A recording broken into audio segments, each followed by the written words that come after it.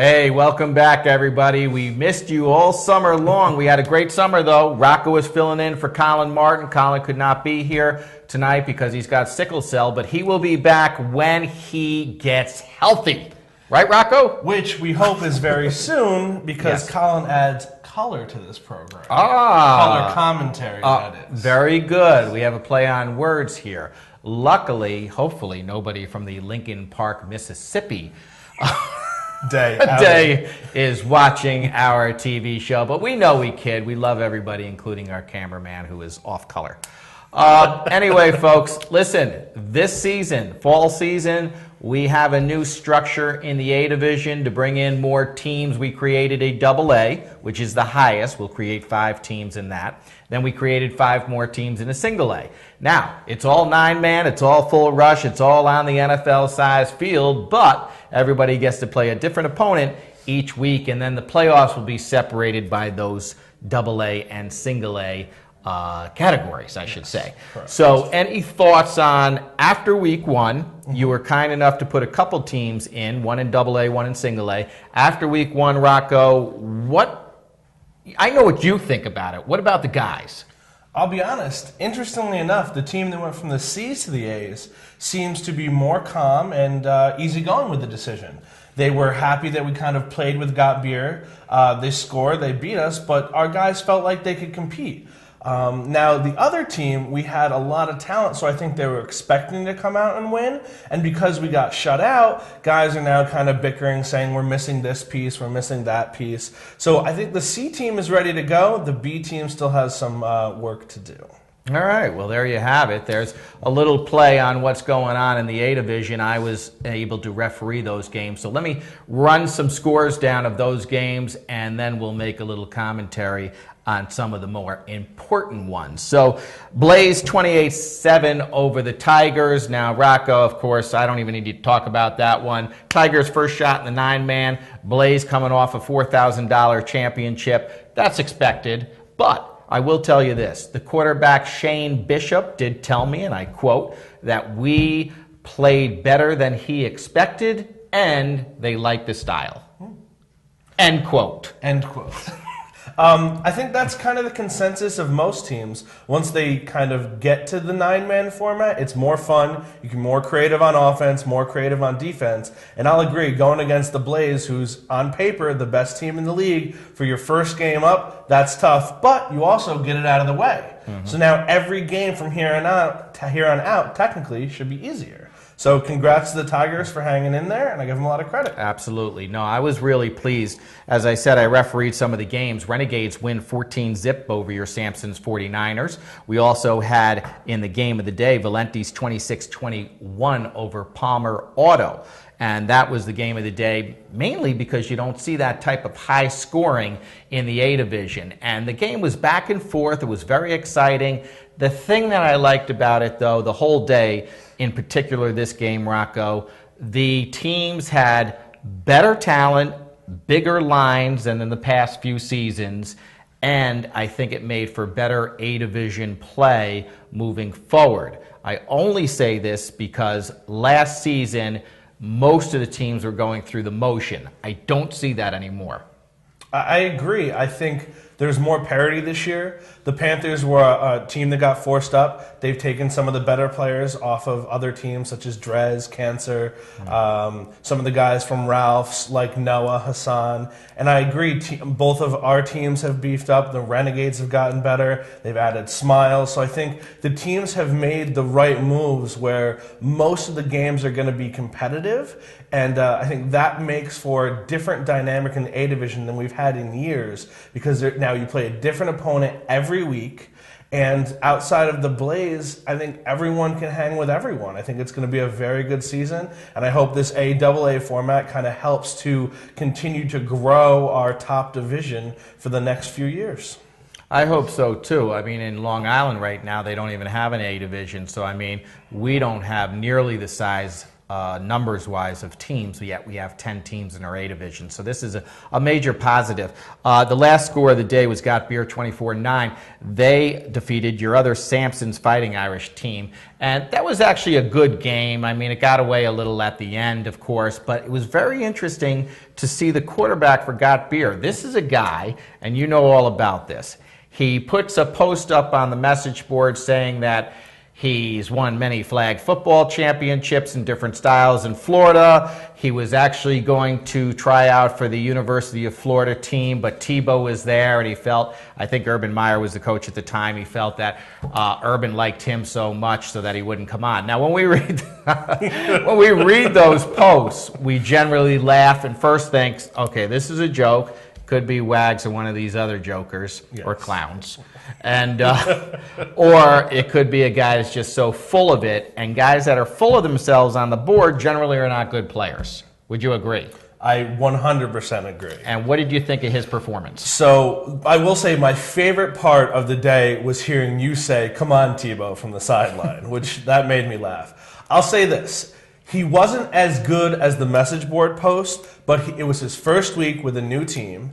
He definitely is mobile. He has the wheels. You can tell he's played flag football before.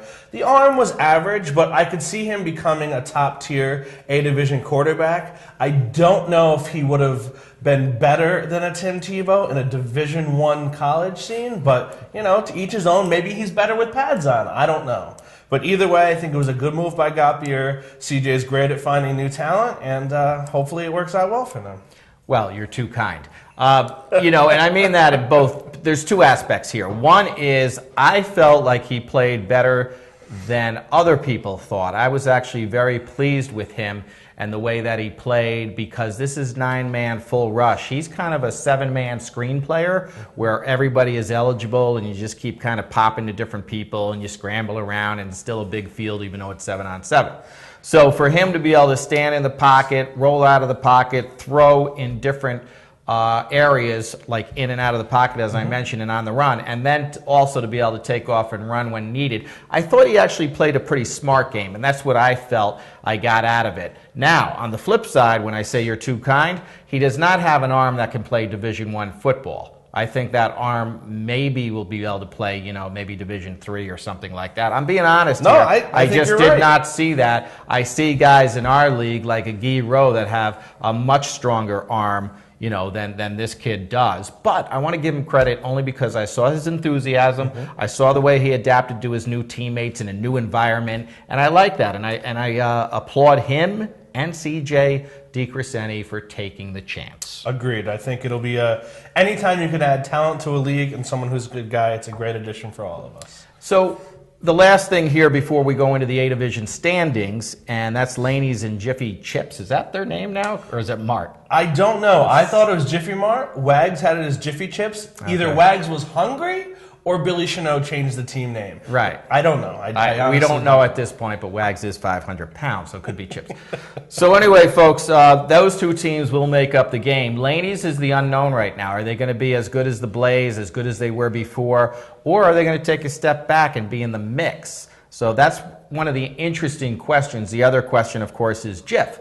Will Jiff have all the guys back that he normally had in past years? Because it is spring now, he tends to pick up some former U-Albany guys, sometimes current guys from other sports, probably not football. And, excuse me, I'm sorry, it's fall now. He usually does better in the spring.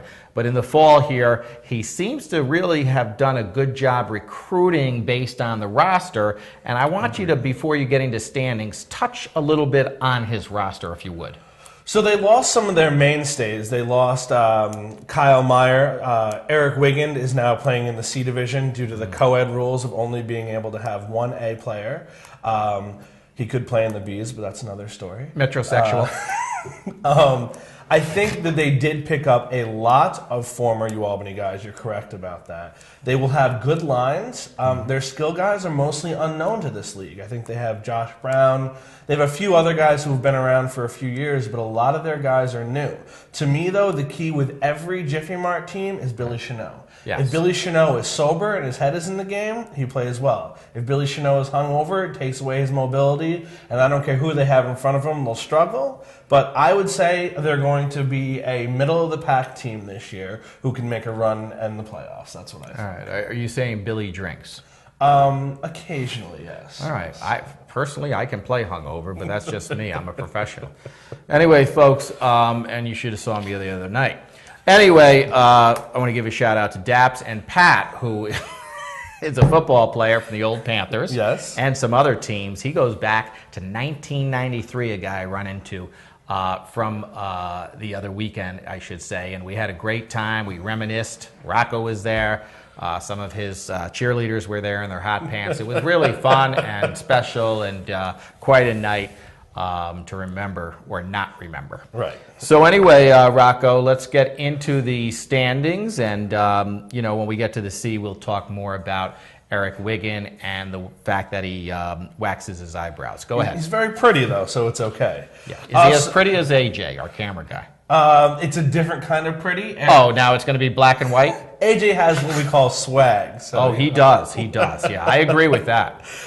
So the A's, as Frank alluded to, are broken down into two separate divisions. The AA, which is our highest, and the Single A, which is the next highest. The AA division, we got Blaze, Got Beer, and Valenti's Panthers all at 1-0. We have Laney's at 0-0 due to the bye this week. And we have Kohlers, who begged to be in the AA at 0-1. So that's very interesting. Good. Oh, sorry, Palmer Autos. My apologies, not Kohlers. Pause. In the Single A, we have the Renegades take the 1-0 lead, the only team to get a win in the A division. Wow. We have Jiffy Chips or Jiffy Mart at 0-0 because of the bye. Then we have both my Samson's teams and the Tigers at 0-1. So the Renegades take an early lead there. Now, correct me if I'm wrong, we said that the top 4 teams of each one of these divisions will make the playoffs. So unlike previous years, regular season matters. That bottom team won't have a chance to play for a title. So the good thing is I have 2 teams in the bottom division. One of them has to make the playoffs. Right. Well, you prefer the bottom, and we know that from past, from the past. But the interesting part is, yes, okay, so you do have something to play for, but you know what? A few losses doesn't kill you. To finish 4 out of 5 in your division, especially in the Single A, 3 and 6 is probably going to make the playoffs in Single A. I agree. Because the AA should not sweep, but close to sweep that division, and that's going to really skew, SAT word, the AA and A. AA can also stand for my Friday nights. Anyway, folks. AARP can stand for his Saturday nights. Oh, okay. Thank you. Thank you for that as I recover from Friday. So I'm full of initials, folks. But anyway, B Division scores, okay? Here we go. And this is going to be good this year because of all the teams moving up. Now everybody else has a shot on the Circle 27-20 over the Vikings. That's a game I'm sure you were a little surprised of. I was surprised, and it brought actually a lot of former Crush players to playing against each other. I think that the Terrys, should have been an A team, have built a good team in the B division, and as we know, strong line play is key. I think that they combined with the Warriors, who didn't win a game last year, as well as some of their old Emma's players, etc., to have a very good team. But I thought that the game would be a little bit more lopsided. So I give Mosier and the Vikings and his truly band of old school brothers from the past credit for hanging in there, and they might be stronger than I initially anticipated. So good job, Mosier, and Terry's congrats on winning your first B division game. All right, well, you ripped him pretty good there. But anyway, look, I'm happy for Mosier and the gang, too. So it was a matter of 2 things. Mosier, of course, they have the experience. The Terry brothers are kind of putting this team together. So we may see the Terry brothers, and they're on the Circle team, kind of just win games like that, or they may get their act together like a college football team and start gelling a few weeks down and start running the table. So you don't know with that team, but it's encouraging for the Vikings to hold them to 27 and finish only a score down when the buzzer sounded.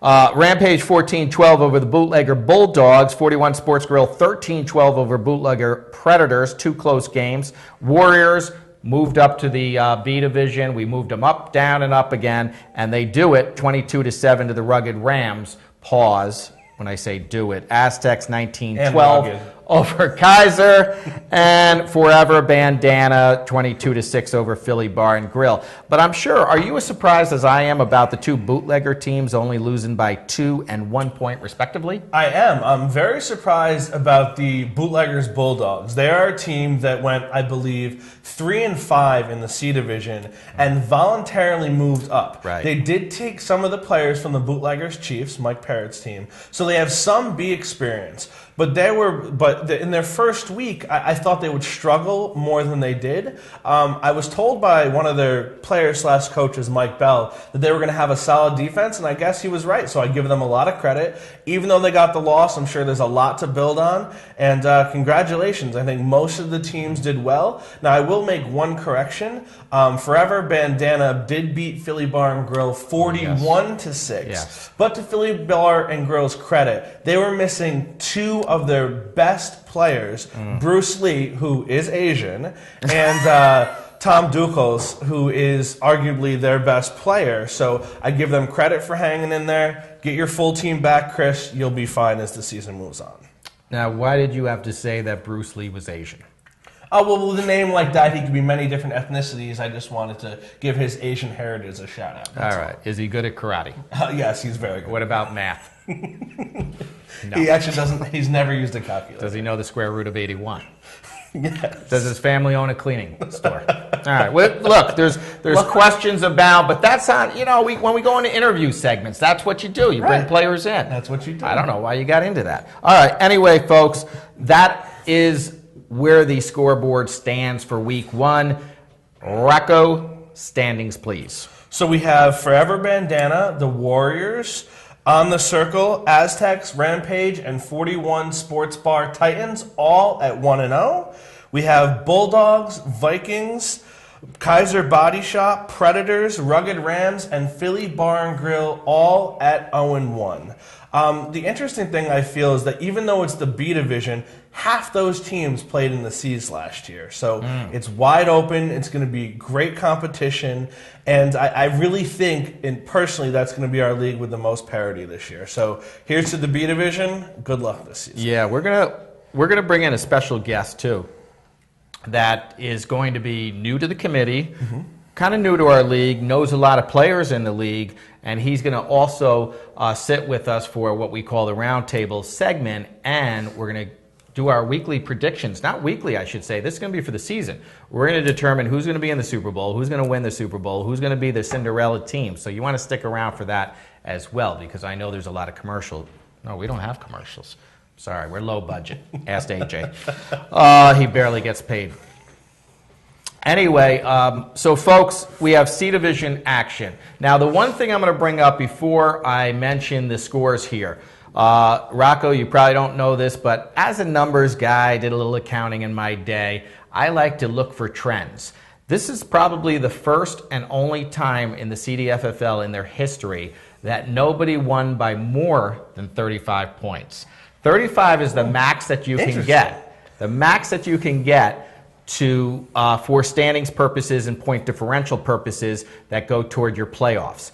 This week, we had people win by 35, but not more than 35. I know Rocco's going to look it up and try to prove me wrong. No, he's 100% correct. I just checked. Thank you. But we're numbers guys, and we like that. I don't know about our special guest coming in, but he is certainly a food guy.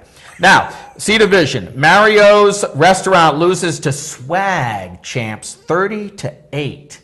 Swag. That's some team that AJ would play on. All right, we got NWO. It was supposed to be NWA, I think, AJ, but you made them change it. That's your moniker. Okay. 42-12 over the Avengers. They avenged nothing. Bloodline loses 14-37 to Jay's Painting Service. Look, if they can win ball games like that, folks, they should be able to paint very well.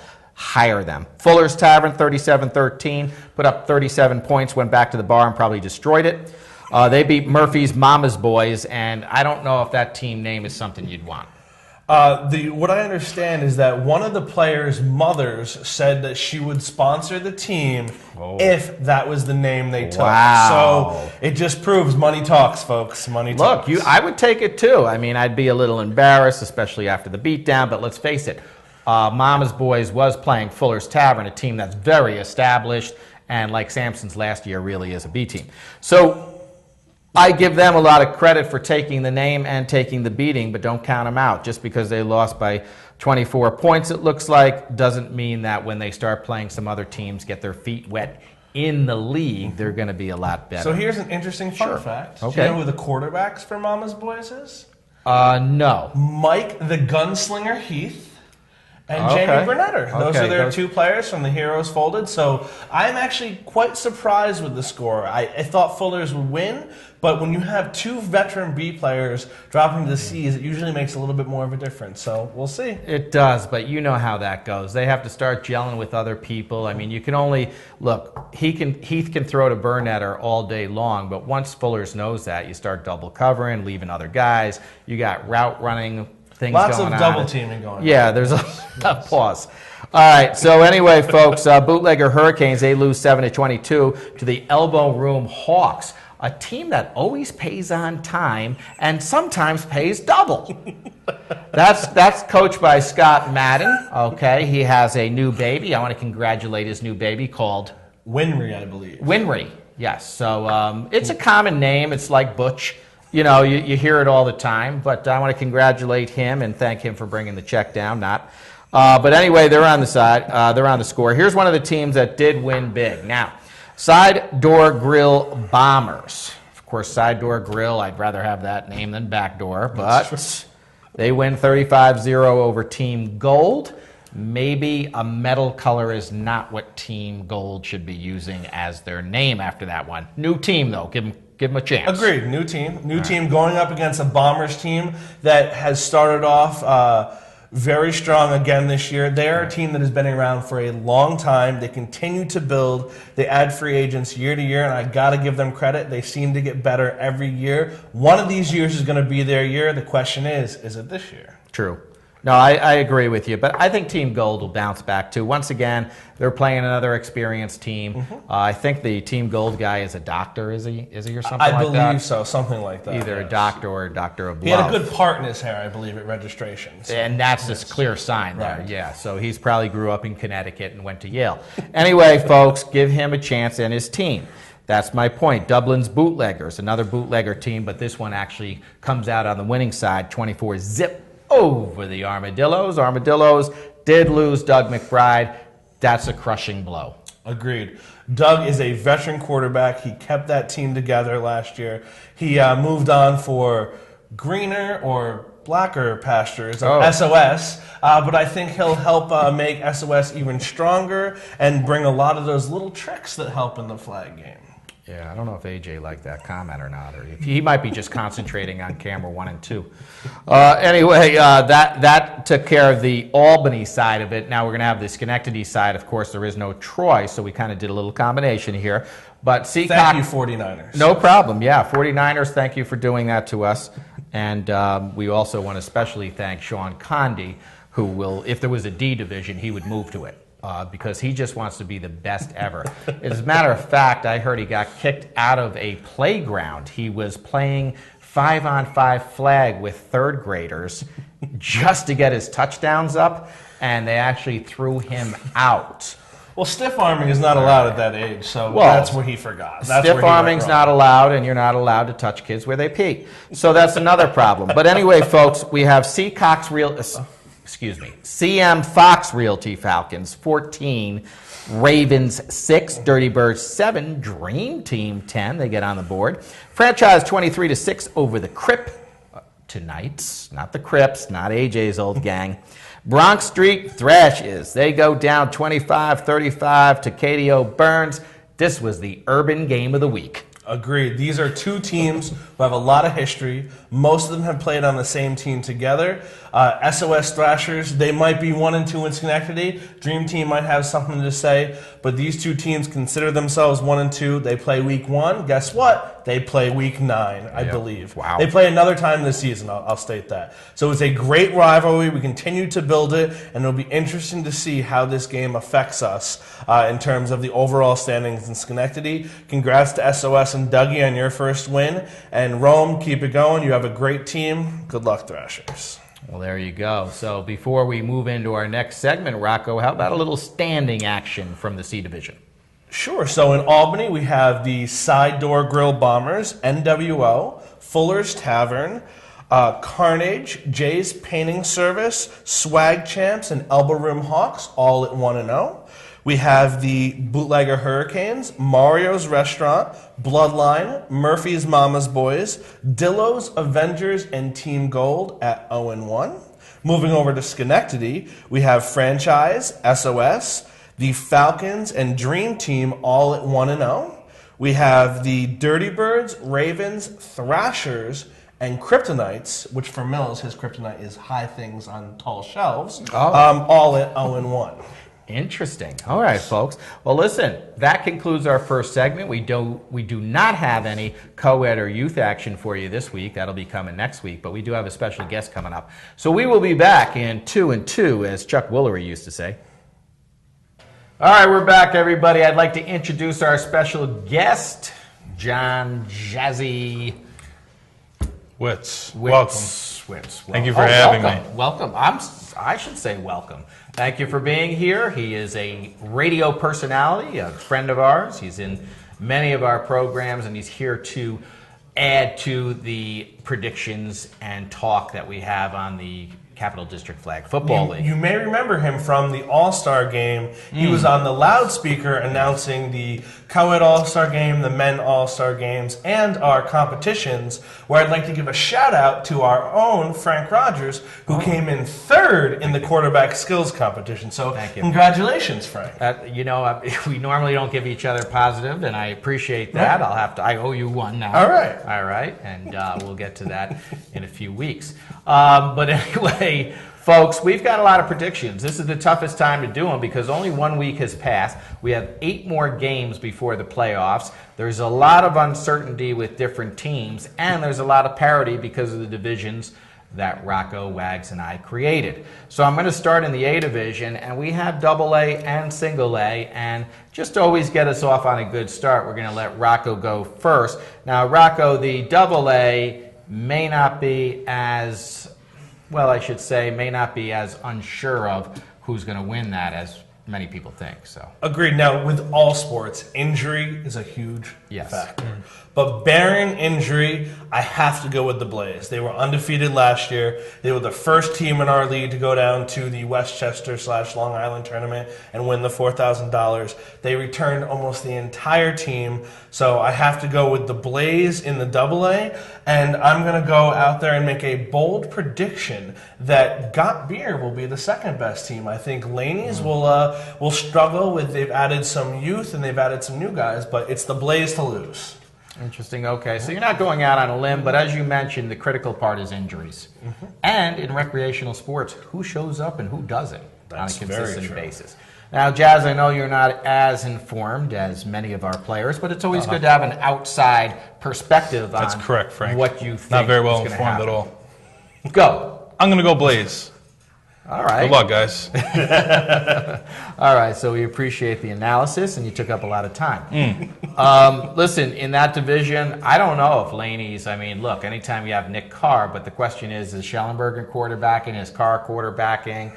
We know they're not going to be able to pick up a C.J. Tarver. He's already signed. And he's not getting his release. He's not. Okay, so we know that. Will he have a release is another question. That's a very different question. You got to ask his girlfriend. Now, look, I got to go with the Blaze too. You have to knock the king off the mountain before you can crown somebody new. So I'm going to put the king up on the mountain throughout the season and say that they're going to win. Rocco, the one thing I wanted to ask you is, because you are the roster expert in this league, did they make any additions or did they lose any key players? Not really. They added Tommy Trombley. Thanks, Tommy. You were supposed to be on my team. I appreciate that. But no, they really didn't lose any key pieces. I mean, I think when you have that successful of a season, guys want to stick around. Yeah. So I think they're just as strong as last year, and they are another year of playing together. So I think it comes down to who shows up. Any given Sunday, someone can beat someone else, as we saw that many times yesterday in the NFL. But I think that the Blaze are just as stacked as before. Now the question is, will they become the next dynasty? Right. Will they become the next Cannoneers or Ruck or Laney's with their 3-year run? We don't know, but I think they have as good a shot as anyone of being that next team in the A division. All right, and then I had a question for Jazzy on this one, because you know sports better than anybody, or as well as everybody here. Sports-wise, team wins the 4,000, they have all this success. Now do they get cocky and complacent? When Dirk Nowitzki beat the Miami Heat, he literally sat in Miami for an extra 6 months and drank. So I could see the Blaze doing that. Oh, wow. But I'm still going to take him. All right. Yeah, no, you can't not take them, but the question is are they going to just go through the motions? And it's going through the motions enough for them to go undefeated, because many people think they will. All right, so in the single A, there's a little more uncertainty, Rocco. What do you think will happen at the end of the day? I think the Renegades made some good moves in terms of getting a very athletic D-line. I mean, Smiles and Butch are unblockable together. But I'm going to be a homer. I'm going to go with my team that won the B Division, the Samsons, Misfit Snipers, Samson 49ers, whatever you want to call them. We had a rough first week, but I think that we will come together. We merged with the F-Bombs to get some veteran players, and I think we'll be able to pull it out. I do think, though, that the single A division will be much more competitive than the double A division in terms of how tightly packed these teams are. All right, just don't pull it out at the table. Jazzy. Yes. I am actually going to pick the Renegades. I have personally played against Smiles in a summer tournament, and I did not touch him. I was on the offensive line, he played D-line, and I couldn't get a finger on him. I don't see that team losing, and Right. Well, I mean, Sampson doesn't have a shot. Look, you don't want to touch Lamont. He'll go to the police. You don't know what'll happen. Anyway, all right. So you guys go. You're going to go with the Renegades. You go as the homer. I'm going to go a little off here and go with the team that has not played yet. I'm going to go with Jiffy. I think that they have a lot of talent, and quite frankly, I didn't see a lot out of the other teams thus far. So I think talent-wise, going out on a limb, Jiffy takes this one home. However, the X factor is always C.J. Tarver. When you put Tarver and Ben Cook on the same field, you're right, Rocco, they're going to get it together. Yes. It's a matter of, will it happen week 2 or week 9 or in the playoffs, and will C.J. Tarver make enough games to be in the playoffs, number one, or be consistent enough for your team to actually take that title? So I think those are key questions. I completely agree, and a lot of it depends on CJ's the rest of his football career, and if he's playing on the team in Texas or not. Congratulations to CJ. But I will say one thing: one of the players on Jiffy Chips or Jiffy Mart, Anthony Bazzafi, I think will be one of the best O-linemen in the A's in his first season. He ran through the B division last year. He's a big boy with quick feet, and so there's a player to watch from a non-skill position, because usually we talk about the CJs, the Cars, the Gees, etc. So I'm giving a shout out to a fellow big guy, given the Jazz and I are sitting up here. Listen, linemen are huge. I'm giving them respect.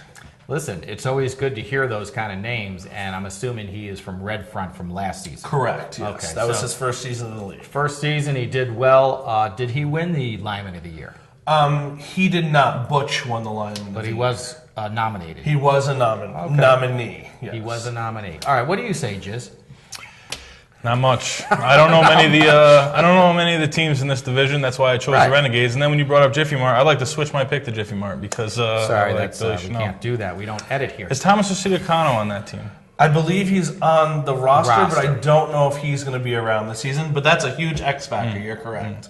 He's one of the best skill guys in this league. He was injured toward the last part of last year with Red Front, but again, he is a key factor. All right, so Jazz gives us nothing. Anyway, we'll go to the B division. Now, there are a few teams here that certainly will stand out, one in particular, but I'm not going to make any predictions until my fellow TV stars do. Rocco, please.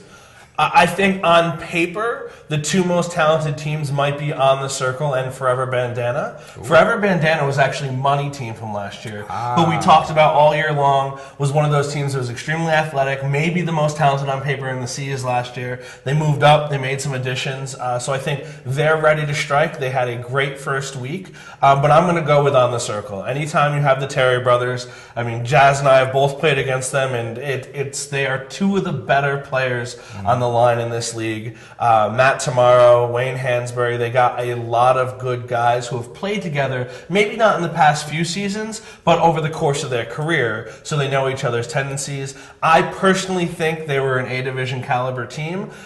Justin decided to keep them in the B's. But I feel that they're my pick to win it all. I will say my surprise sleeper pick to win a lot of games is going to be the Giuseppe Warriors. Mm-hmm. They did not necessarily want to move up, but they play a physical brand of football, and that's what you need in the B's. As long as JoJo can, make the right decisions in the passing game, because we know he's a great runner, I think that they're going to be a lot better off than maybe they think or than other teams think. Well, the key thing there is their linemen are probably ecstatic that they moved up because of the full rush. You know, the offensive linemen want the challenge, the defensive linemen want to be able to go without waiting for a 3 count. Mm-hmm. So I think it's going to be huge for them, and it showed because the Rugged Rams are no easy out. No, they got their quarterback back, Gary Marine, after he tore his ACL last year. He's back. They made some big additions. I believe they picked up Josh Mason, who's one of the best receivers in the league, and the Warriors came out, caught him off guard, and I believe they beat him by almost 20 points or something like that. So. Yeah, no. It was a good victory. What do you say, Slim? I'm a fan of the Giuseppe Warriors, Water Valley, excellent pizza, $19.99, large cheese, 10 wings, and a 2-liter. How can you argue with that, Giuseppe Warriors? These are kind of the facts that we want on the show because all we do is talk about football, and to get some good restaurant tips is a bonus. Yes. All right, so you like the Giuseppe Warriors to win the whole thing? Yes. Wow. That's going out on a limb. All right. I'm going to have to say that On the Circle, of course, is going to be one of the top picks here. Don't kind of count out 41 Sports Grill with our Teddy Minnesol, whatever the hell is in the That's you said it right. Minnesol. So, I mean, Teddy and the guys, they're probably the most organized team. They always have a good group of guys. And now with some of those upper echelon teams moving up, it kind of opens the door for them. So On the Circle, you don't know if they're going to gel or not in time. Typically, you can gel in your first season toward the end, and you kind of beat up on some of the weaker teams. So scheduling will be a factor for the On the Circle. But I like 41 Sports Bar in there.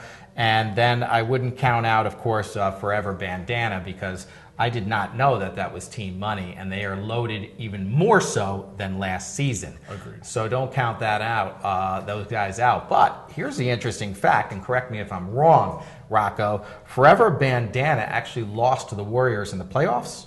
Yes, they did. Yes. It was unpredicted. The Warriors came out and Rankin, one of their cornerbacks, had a heck of a game. And the Lions, like we said, they play physical. Mm-hmm. They were able to stop the more athletic, faster money team short of their Super Bowl goal. Thank you, the Warriors, because Sampson did not want to play money team. No. That was a huge upset. Whenever you have money team get knocked out, and then, of course, Jelly's team. Lights out get knocked out in the before the championship or semifinal round, I believe it was. It was amazing playoffs, though, that we had last year in the C. And I don't know if they'll ever be duplicated again because that group of teams was probably the best we've had in the C division collectively when I get to those top 8, in my opinion, in the playoffs. So, and to Jazz's point, maybe Jazz is right. Maybe the Warriors are that resilient, and maybe they can continue. I mean, the one thing they do is they dictate the pace of a game. Mm-hmm. So maybe they will be able to pull it out and be that surprise team. And I will say on air that if they were forced up and they win the B division, I don't want anyone to ever question again the teams that we force up, because that would be a big kudos to the committee in picking the right team to force up. Well, we did force up the Panthers, and they went screaming and kicking, but you know what? They had a great season for their first year in the A, Correct. And now they actually like it. And the Titans, we forced them up to the B division, Yes. and they were a tiebreaker away from being a playoff team. Yeah. So I think that although it's tough to get your team on board with the force up, we are at least knowledgeable enough to pick teams that are not only talented but organized enough to be forced up, because that is key. Talented teams that don't have organization, their players will jump ship the minute higher competition comes calling. So I give these coaches a lot of credit as much as I do to the players. And I think that we are finally starting to align the talent in the correct divisions. Yeah. We have a few more Sure. changes to go, but we're closer than we were the past couple of years. I mean, Jazz can speak to it. We've been a bad team in the C's before, playing teams where most of those players are now in A teams. We get beat by 40, 50 points a week. I mean, that was tough to go through as a C player. 3 seasons in a row, winless. Yep. Oh, you bring up a lot of good points, bitch tits. Are you allowed to say that here? No, I don't know. It's public access. Anyway, folks, when you say the past few years, I think we have it closer right now to the way it should be in the history of the league, to be honest with you. I know you guys are younger and everything, but this is the closest we've ever had it as far as parity-wise. And like you said, there's a few more moves to make, but if you're one of those guys that lives in your mother's basement and starts bitching on the computer after we set the divisions, stop, all right? Go out, mow the lawn, get the meatloaf, and just play football. That's all I'm saying. Stop the bitching, okay? I know this is a new generation of punks, but we got to all band together. Christ, I'm going to get off my soapbox. What the hell was that? Someone just got murdered in the Albany Public Library, so if you could call for backup, that would be much appreciated. All right, so we're going to go to the C division, but guys, I want to break it down. Let's pull out the Albany champ and then the Schenectady champ. We probably shouldn't pull anybody out, but we want to pick the two. And I disagree. Always pull out, folks. Any young people watching this TV program, always pull out. Wow. All right, well, that's a little, I guess, a public service announcement. Yeah, so that was very nice of you to all the kids that are watching at home. And for any kids who don't know what that means, you should listen to Jazzy's radio show, because he talks a lot about the activities around pulling out. Okay. Well, let's get off that topic and back to football. So in Albany, and for some reason I thought we had 14 and then 12 teams, but it looks like with the Pasca backing out and things like that, it looks like we went 14 teams in the Albany division and only 8.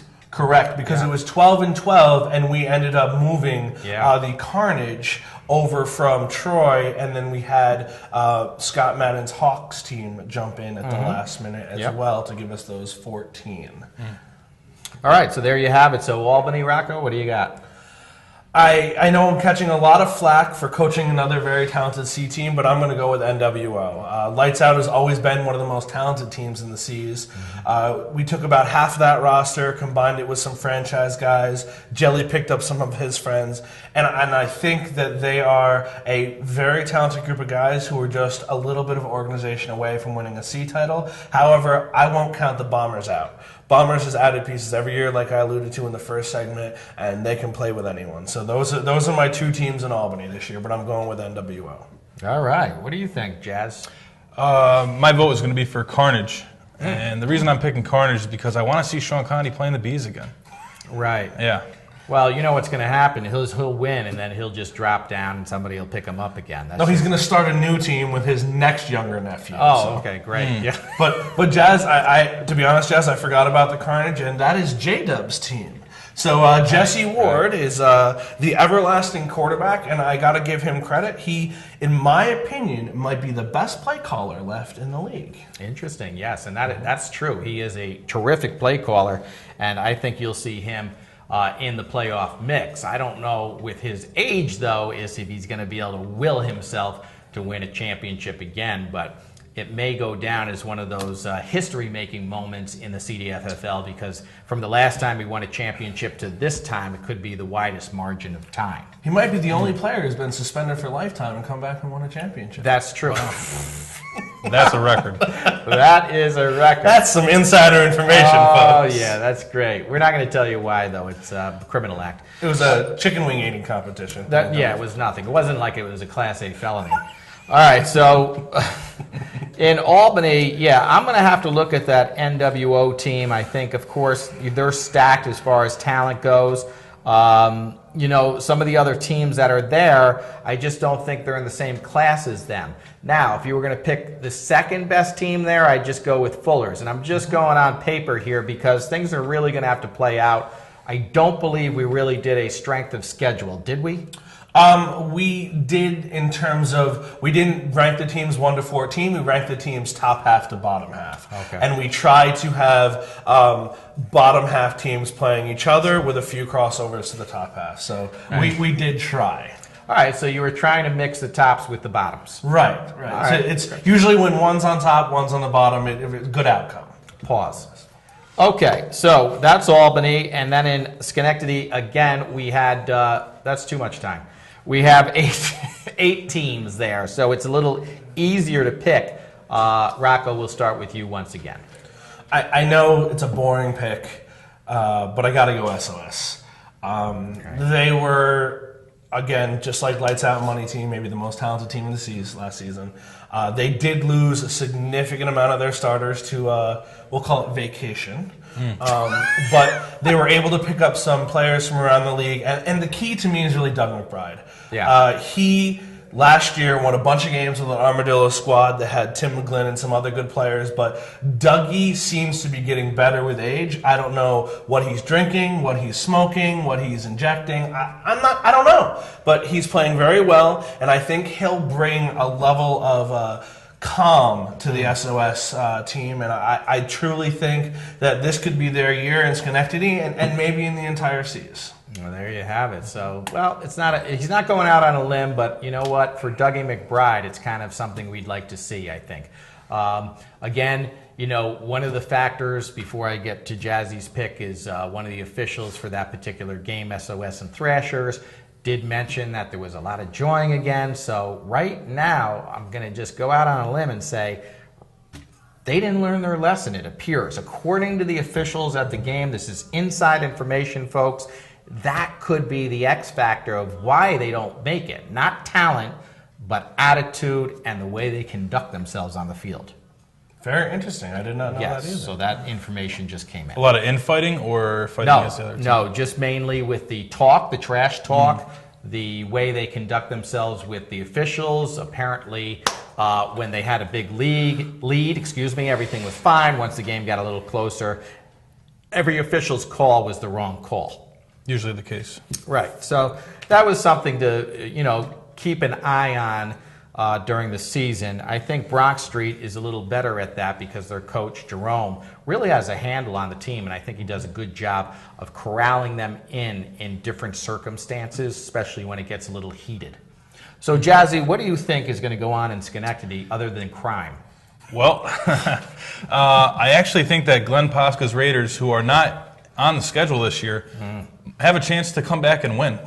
I think that there's a possibility that he puts a team in now, even though week 1 is over, and he wins a championship. I mean, he did basically put in a team a week late last year because we had the rain out, and then he put a team in. So not insider information, just a guess. Well, I don't know if he's practicing in his backyard, waiting for that phone call or not, but I will tell you this about the Rotterdam Raiders and Glenn Posca. He's had a team in the league since 1991 for every season. This includes your spring and fall outdoors and since the inception of indoor winter. This is the first time since 91 that he has not had a team. And it's sad, but it's also a tribute to him that he was able to do that, charging people $80 per player. He also has the most turnover of any team and coach in the entire history. And I know our director, producer, whatever you want to call him, drug dealer, AJ,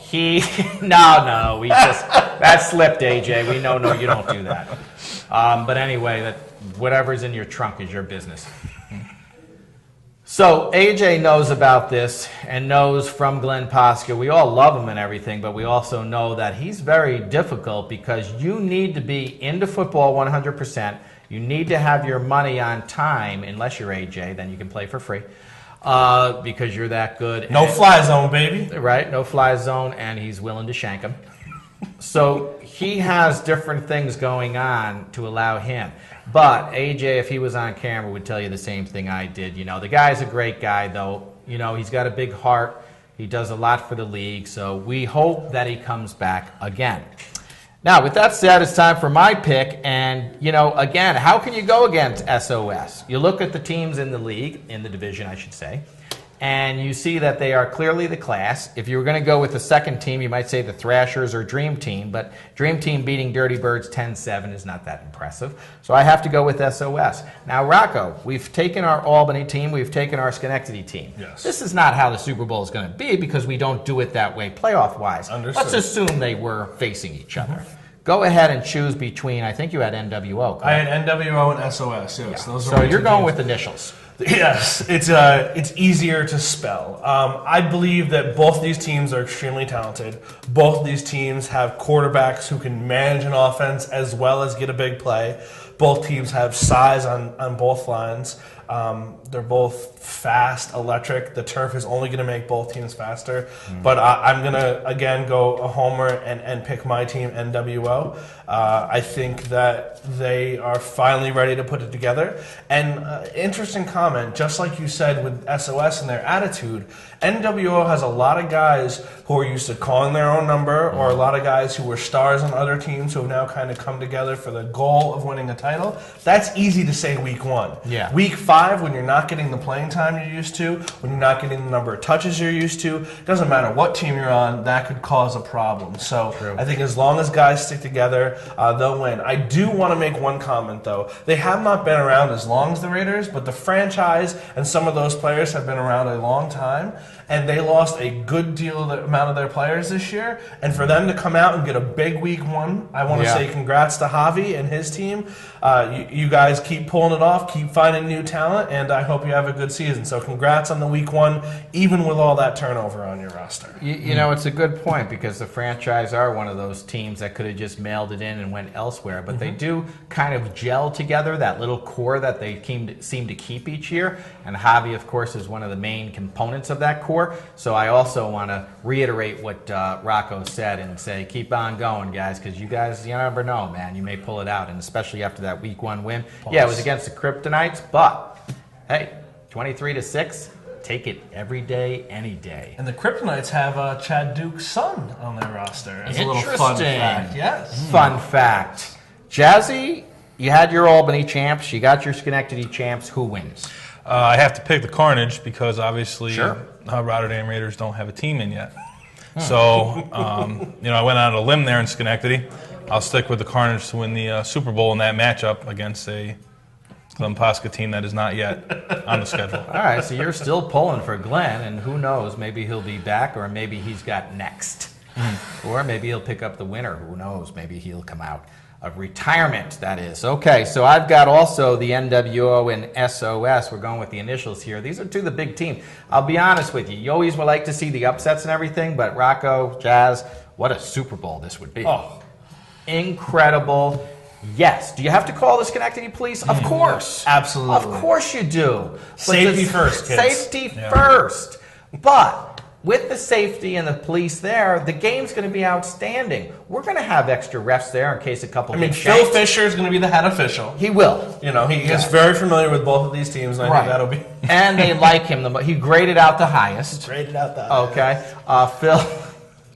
Phil is going to come in and do a little seminar before the Super Bowl for both teams about shanking and, school property and how to beat up an official. But anyway, Phil will be there and he'll be rooting those guys on, despite the fact that he got his butt kicked by them in high school. But Phil was good, though. He was one of the top announcers as far as basketball, high school basketball. He used to announce the games because he wasn't good enough. He also used to pick up all the football and soccer equipment. And then he would take a small yellow bus home. But anyway, folks, I got to go with SOS on this one, just because I want to go against Rocco and have this whole bet going right now. Because on the last show, whoever wins has to do the whole show with their shirt off. And both of us are pierced. So that's going to be interesting and fun for everybody. Okay? That actually segment is sponsored by O-Bar. Now, No, Frank, this just in. We have a second sponsor. Backpage is also going to sponsor. they are it. in. Oh, wow. Yes, they are in. Backpage. Breaking news. That's breaking news. Backpage is in, not the escort service, but, male versus male. I don't know. You got to punch it in, something like that. I don't know, guys. All right, so listen, we're going to conclude the show All right, we don't care if we have a few minutes left. We'll use that for public access announcements, something that goes toward kids. Right. Things like that. Something proper. Jazzy, is there anything you want to add? Because you haven't added a thing. Haven't said much, no. And I really have nothing left to say this week. It's early. It's week 1. If you have a shirt, will you feel more comfortable? Yeah, possibly. One of these nice shirts here that I'm wearing here, you can see This Week in Flag Football. It's very nice. Yes. Polo shirts with the khaki shorts, you can see. But anyway, folks, yes. Real quick, go about ahead, the Rocco. shirts, a key move. When you're out at a bar and you're talking to girls, if you have your name somewhere on your shirt, you appear more important. Or a mechanic. That trick worked for our very own Frank Rogers a few weeks ago. I don't know if you remember. I don't remember because of the massive amount of Captain Morgan in my system and my sugar level at 780. But aside from that and the massive amount of insulin I took when I got home and also shot my cat up because it was going out of, going a little crazy. Foo needs his insulin. Foo needs his insulin. But listen, great show, everybody. We're going to be back next week and every week. Hopefully, Colin will be back from that sickle cell. Everybody is going to be healthy, on board. We're going to add some color to the show. I want to thank AJ. I want to thank Joe. I want to thank the other guy that didn't say his name, but he laughed at his jokes, so we like him, or our jokes, rather. We'll see everybody next week. For Jazzy, Rocco, I'm Frank Rogers. Good night, everybody, from This Week in Flag Football.